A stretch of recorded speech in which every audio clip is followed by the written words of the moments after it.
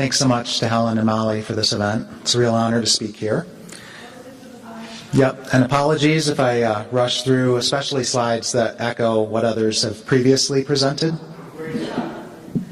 But I've got a lot of ground to cover, as you can see from the title.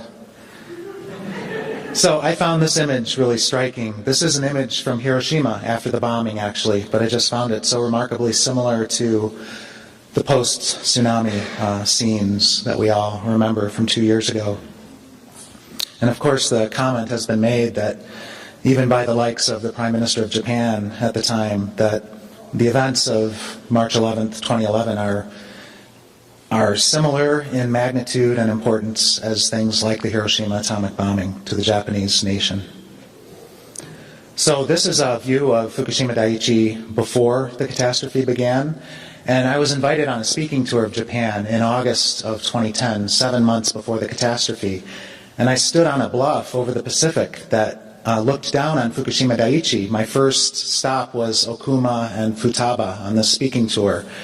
So 3.5 miles to the north, I could see the 6 reactors like this.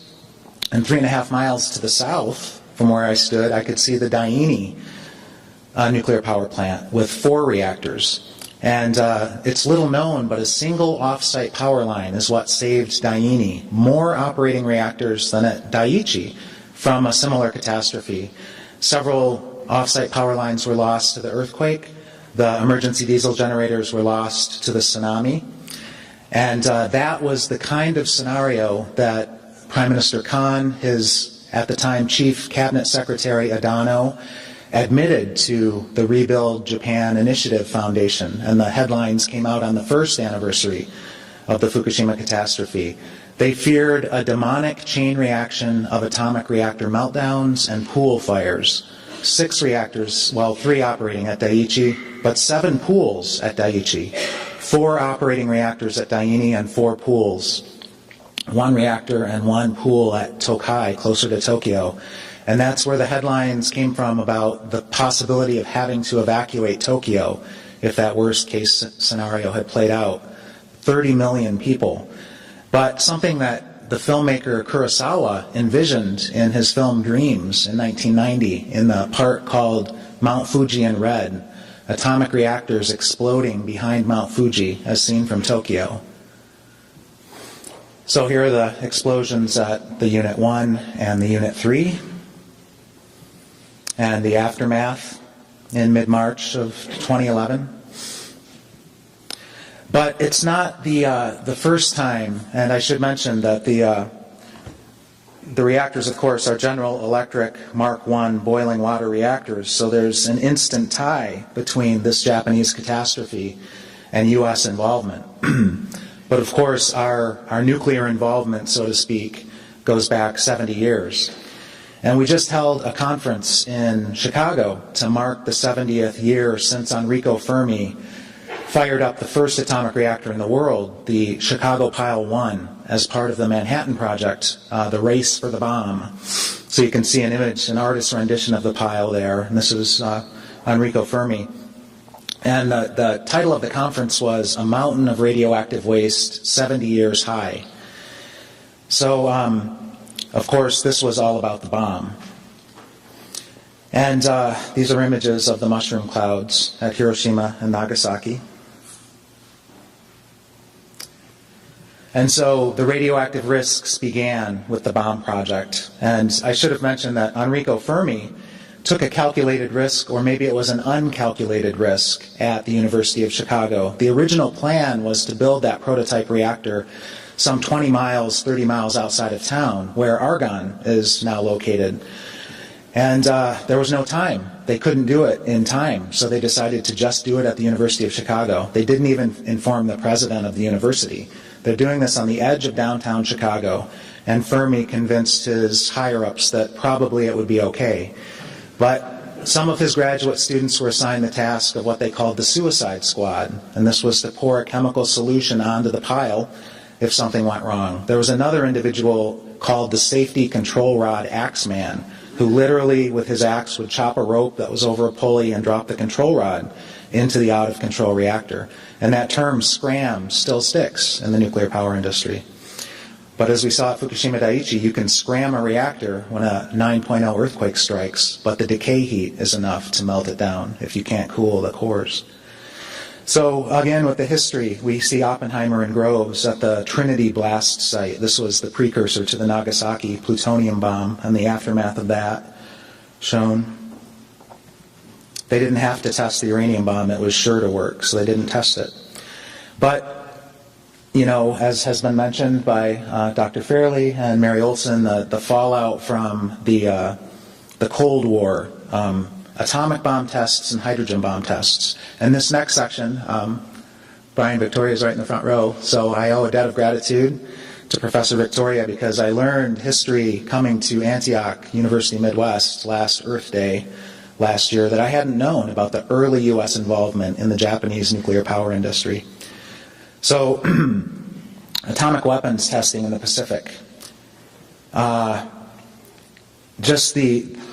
mid-March of 2011, I happened to catch one of the episodes of CBS Evening News with Katie Couric, and it was about Fukushima that day, and they showed these images on the right of the USS Ronald Reagan crew swabbing the decks in radiation protection gear because of being blanketed from Fukushima. And it just harkened back to these images from as early as 1946.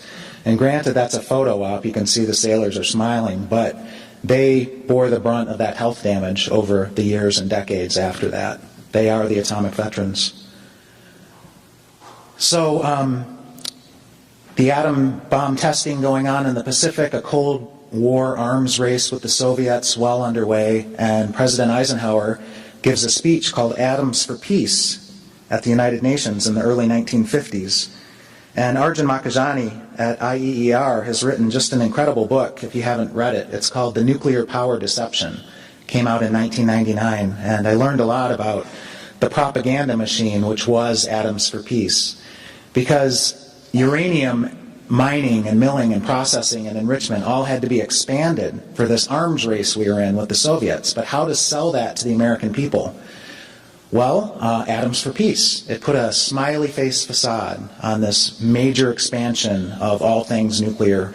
And remember, this is the early 1950s. The first so-called civilian atomic reactor was not fired up in Shippingport, Pennsylvania, under the direction of the head of the nuclear navy. So it's a civilian project, but it's a nuclear submarine reactor built on land, just to get it going. A lot, or even most, or even all of the uranium in this country that was being mined and milled and processed and enriched was feeding the arms race for not years, but decades, until the commercial industry started to really show up in the 1970s. And then the uranium supply started to shift over somewhat to fuel those reactors. So this, again, the history that I learned from Brian Victoria. Castle Bravo was a series of hydrogen bomb tests that the United States carried out at places like Bikini. And on March 1st of 1954, the Bravo test got a little out of control. Edward Teller was involved in designing this bomb, as were other scientists, and they miscalculated the yield of this explosion. They expected a 5 megaton blast, and they got more like a 15 megaton blast. And it still is the worst radiological contamination incident in the history of U.S. nuclear weapons testing. And this Japanese tuna fishing boat, the Lucky Dragon No. 5, was unfortunately not very far away. You can see in the map on the right there, the blast, Bikini, marked by a B, the Lucky Dragon marked by the F. They were outside of the zone that the United States had declared off limits. But then later they redrew the danger zone, and they were well within that danger zone.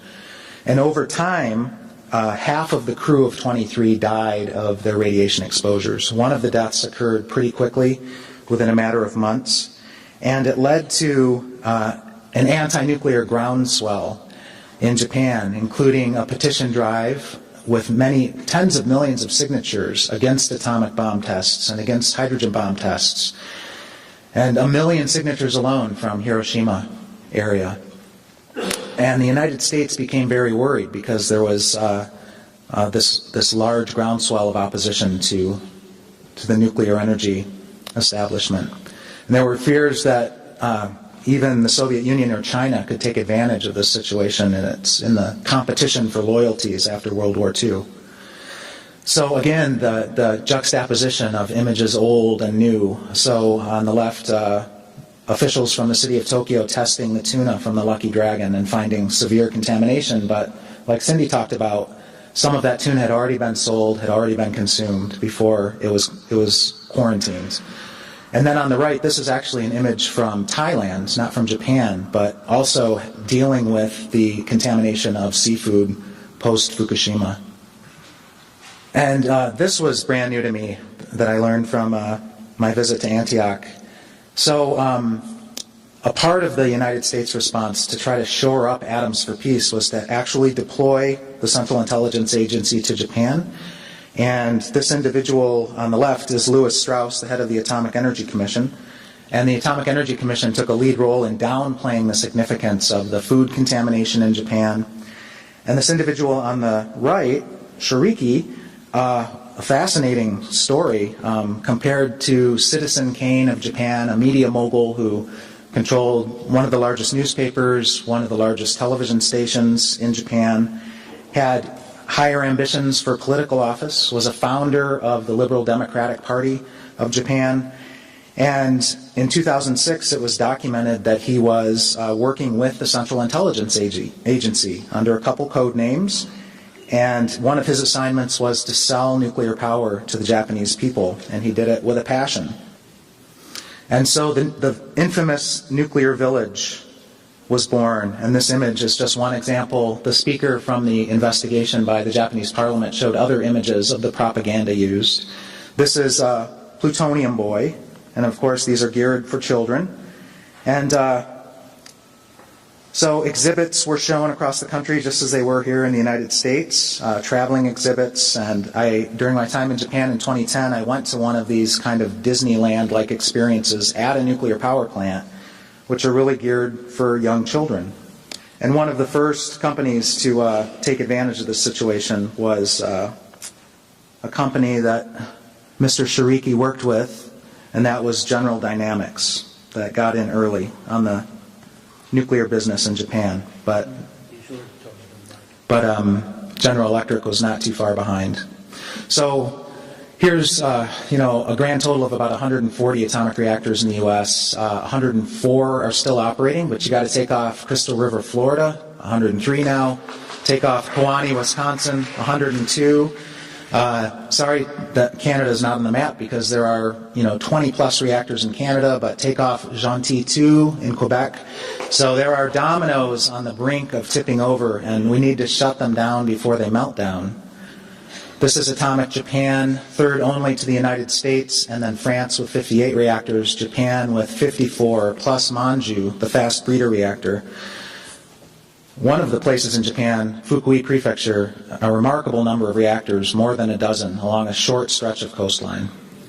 And what I want to do for the next section of the talk is just go through the parallels between U.S. and Japanese nuclear history in terms of accidents, incidents. They're remarkably parallel. And what I took was just an arbitrary list. The Associated Press, shortly after the beginning of the Fukushima catastrophe, put a list of a short list of 10 or so Japanese nuclear accidents that had already occurred before Fukushima. So I took that list, because it could be much longer, and I compared it to ones here in North America. So you see on the left, Suruga nuclear power plant, but you see on the right the Bruce nuclear power plant in Ontario. This is worker overexposures. So in 1981, 300 workers were exposed to excessive levels of radiation after a fuel rod ruptured at Suruga. And it reminded me of an incident in Michigan at Big Rock Point, an experimental atomic reactor, where a MOX fuel rod was broken in the 1970s and 700,000 curies of radioactivity were released. But Bruce is also on the Great Lakes in Canada. And just recently, in 2009, there was an exposure of hundreds of workers to alpha particle radiation when they were grinding through contaminated pipes. They had no respiratory protection on. And before moving on from the Bruce slide, I just wanted to mention that this is one of the biggest nuclear power plants, certainly in North America. It's the biggest, and even in the world. There's a total of 9 reactors on this site.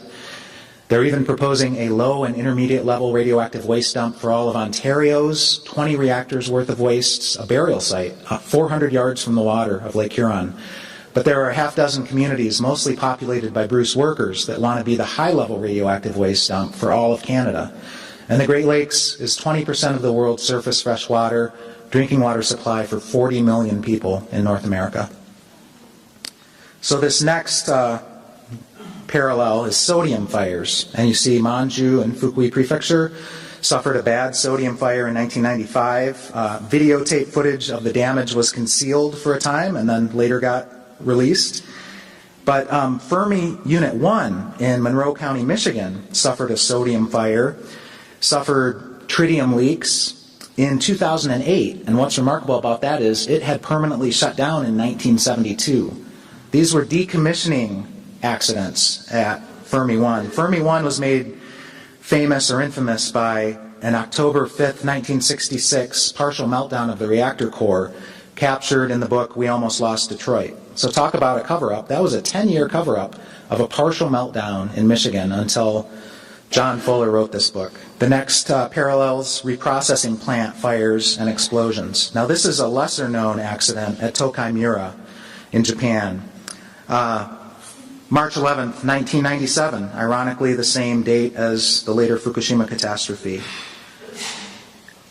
And 40 workers were exposed to radiation in this reprocessing. So the parallel in the United States is right here in the state of New York at West Valley near Buffalo, a commercial reprocessing facility that operated from 1966 to 1972. But they had so many fires and leaks and worker overexposures at West Valley that they only did 1 year's worth of reprocessing throughput. They also did military reprocessing at that site. And the cleanup bill at West Valley is between $10 and $27 billion. And it's not even hardly begun. And if they do not clean that site up, it is going to erode into Lakes Erie and Ontario over time. So it has to be cleaned up. So the more infamous nuclear disaster at Tokai Miura was the inadvertent criticality of 1999. 2 workers died from their radiation exposures. And another inadvertent criticality took place in 1999, but again, the truth was covered up for 8 years, and it wasn't known that there had been a 30-minute, I believe, criticality in the reactor core. Sorry, 15 minutes. And a similar thing had happened at Fermi Unit 2, which I'll show on this slide. Fermi 2, which is the biggest General Electric Mark I boiling water reactor in the world, same design as Fukushima-Daiichi, only as big as Units 1 and 2 at Fukushima-Daiichi put together. They had an inadvertent criticality in 1985. And the watchdog, Michael Keegan with Don't Waste Michigan, outed it, and it kept that reactor shut down for 3 years because they didn't have a permit to run the reactor. They just did it accidentally. Luckily, no one was hurt. So the safety cover-ups continued. Tokyo Electric Power Company, the book about Tokyo Electric is called Dark Empire. So it starts to capture their behavior. So in 2000, 3 TEPCO executives were forced to resign after the revelation that in 1989, the company had ordered an employee to edit out footage showing cracks in nuclear plant steam pipes in video that was shown to regulators. Of course, they eventually were allowed to restart their reactors. And there was another cover-up in Japan that was outed by the Japanese anti-nuclear movement. Eileen Miyoko Smith at Green Action told me this story. The British Nuclear Fuel Limited mocks fuel supply with falsified quality assurance figures, that it took tremendous efforts to document this, but they did, that those were falsified figures. They simply photocopied the results of earlier batches, so to speak, cut and paste, which caused a huge delay in the plutonium thermal loading in Japan. So another cover-up I want to mention here in the United States is Davis-Besse, Ohio, which had a massive corrosion hole in the lid of the reactor in 2002 and operated to within 3/16 of an inch of breaching the lid through nearly 7 inches of carbon steel. And again, cover-ups. Video footage was edited before the NRC was allowed to see it. This photograph, though, the NRC had in its possession, still did not take action. This is a lava stream, so to speak, of boric acid crystals and rust coming off of the lid. And the former NRC chairman, Richard Meserve, his fingerprints are all over this near disaster. Junior inspectors at NRC wanted to shut the plant down, inspect, see what was going on. Meserve and other senior management at NRC allowed the reactor to operate to the brink of disaster. And the Office of Inspector General at NRC later reported that NRC had prioritized company profits over public safety. Meserve resigned shortly after that report, and unfortunately is still brought to Tokyo, as in December, for consultation on nuclear safety matters. He also is the chairman of all things nuclear at the National Academy of Science, even though he serves on 2 for-profit nuclear utility corporate boards, Pacific Gas and Electric in California and Comanche in Texas. And through grassroots activism was forced to recuse himself from the current radiation study on cancer incidents associated with nuclear power plants in the United States. So more examples of the close parallels between the U.S. and Japan. There have been not radioactive, but steam accidents where workers have been killed. So at Mihama, Unit 3 in Fukui, again, 4 workers were killed after a steam explosion. The subsequent investigation revealed a significant lack of systematic inspections at Japanese nuclear power plants. Surrey in Virginia, which David Lochbaum mentioned yesterday, may have cleaned up its act a bit after 2 separate steam fatality accidents. One killed 2 workers in 1972, another one killed 4 workers in 1986, and that's the single largest loss of life at nuclear power plant in the United States. Surrey's also infamous because they're experimenting with dry cask storage out there. They have a real smorgasbord of different cask models, and they've had problems. They've had leaks of the inerting heat transfer gas out of one seal, perhaps out of a second seal. It hasn't leaked completely out, but if it does, oxygen can get in, the waste can overheat, and you can have corrosion of deterioration of the fuel inside. This slide is about radioactive steam releases. Now, these are not scalding people to death, but they do contain radioactivity that then leaves the site. Daiichi had such an incident in 2006. A really controversial one was the January 2012 steam release from a failed steam generator tube at San Onofre in Southern California. The 2 units at San Onofre are still shut down, 14 months now, due to a faulty design and fabrication of steam generator replacements, which cost $617 million. And for details on that, Arnie Gunderson is the expert witness for Friends of the Earth on this matter, and hopefully those reactors will never start up again.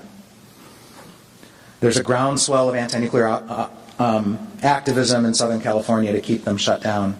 So earthquake risks.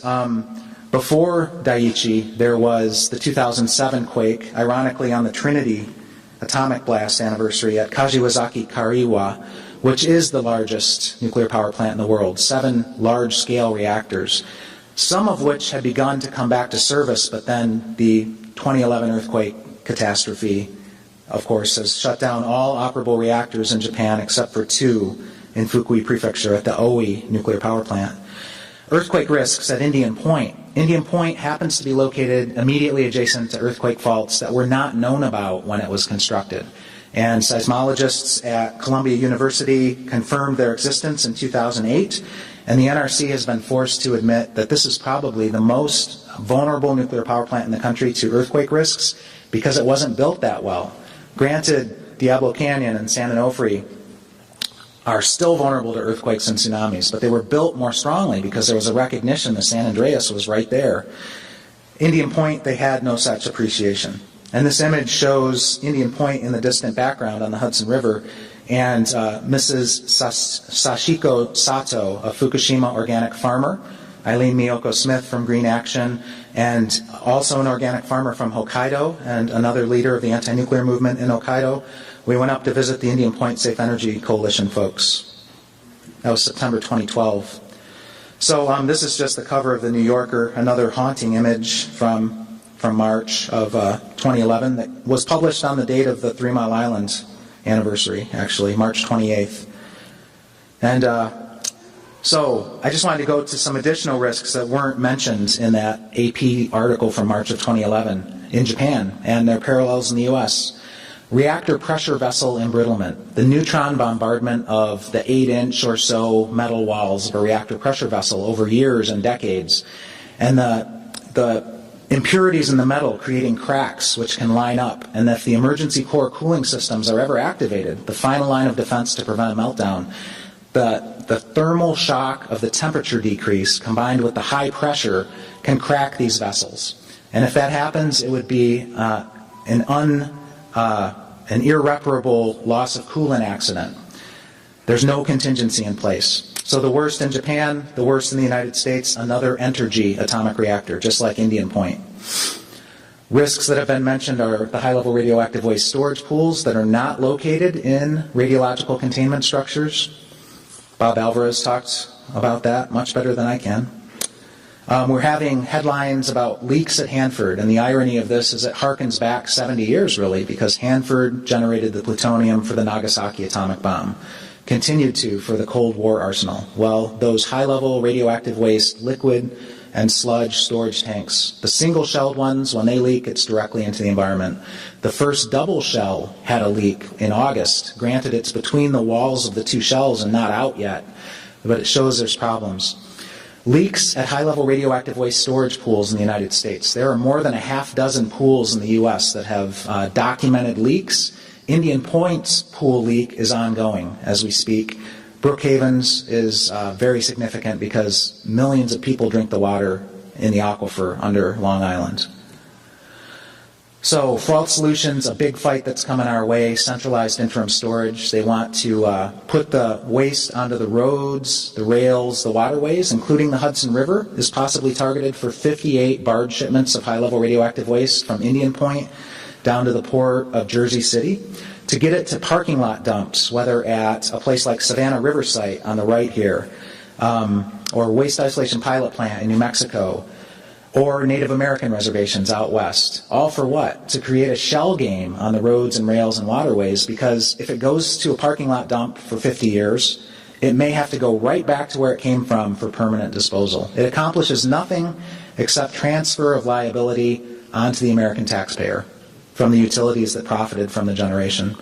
I mentioned the good news at Kewaunee of shutdown. The only 2 reactors in Japan currently operating are these, OE, but the other 48 operable reactors in the country are not operating, and it's a real testament to the Japanese people and anti-nuclear movement.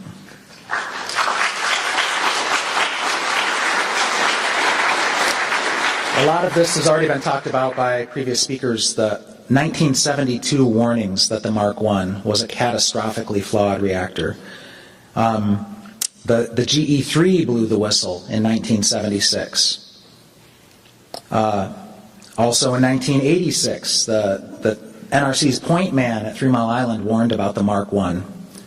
So we have a campaign at Beyond Nuclear called Freeze Our Fukushimas. In the immediate aftermath of the Fukushima catastrophe beginning, we prioritize the Mark I's and Mark II's. If we can't shut these down for safety risks, then what can we shut down after Fukushima? The Japanese parliament identified collusion between regulator and industry as the root cause of the Fukushima catastrophe. We have collusion in spades in the United States between the nuclear power industry, and here are 4 of the 5 NRC commissioners.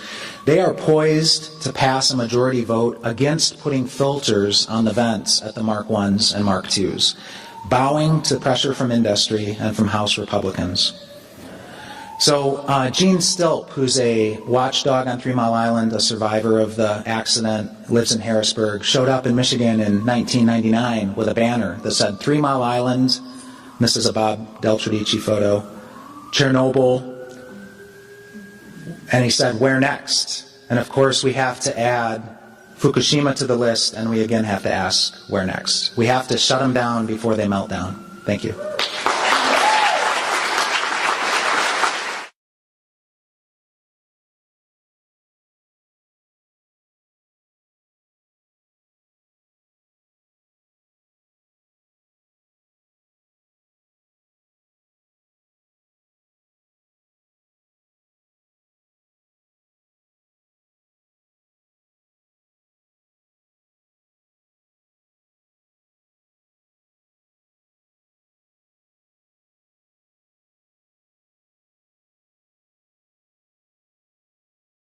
Thanks so much to Helen and Molly for this event. It's a real honor to speak here.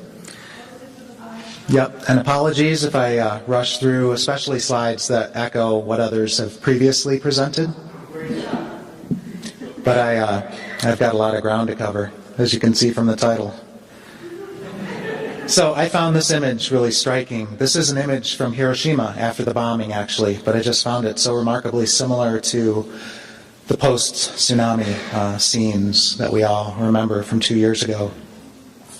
And of course the comment has been made, Tokyo, if that worst case scenario had played out, 30 million people. But something that the filmmaker Kurosawa envisioned in his film Dreams in 1990 in the part called Mount Fuji in Red, atomic reactors exploding behind Mount Fuji as seen from Tokyo. So here are the explosions at the Unit 1 and the Unit 3, and the aftermath in mid-March of 2011.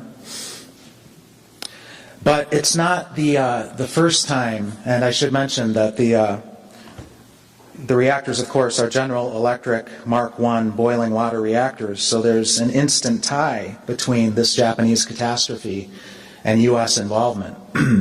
But of course, our nuclear involvement, so to speak, goes back 70 years.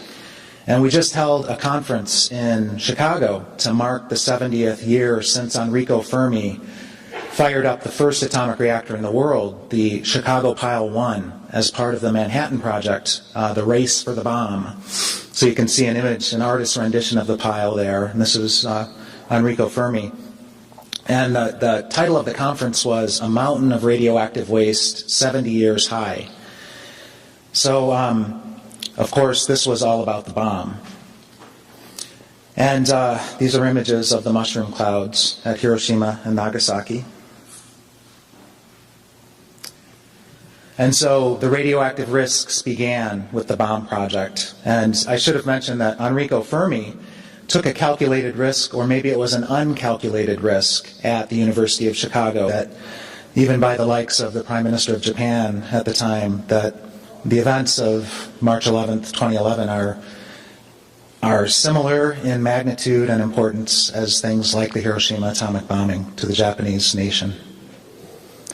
So this is a view of Fukushima-Daiichi before the catastrophe began. And I was invited on a speaking tour of Japan in August of 2010, 7 months before the catastrophe.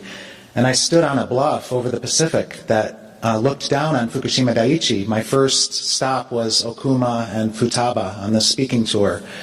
So 3.5 miles to the north, I could see the 6 reactors like this. And 3.5 miles to the south, from where I stood, I could see the Daiichi nuclear power plant with 4 reactors. And it's little known, but a single off-site power line is what saved Daiichi more operating reactors than at Daiichi from a similar catastrophe.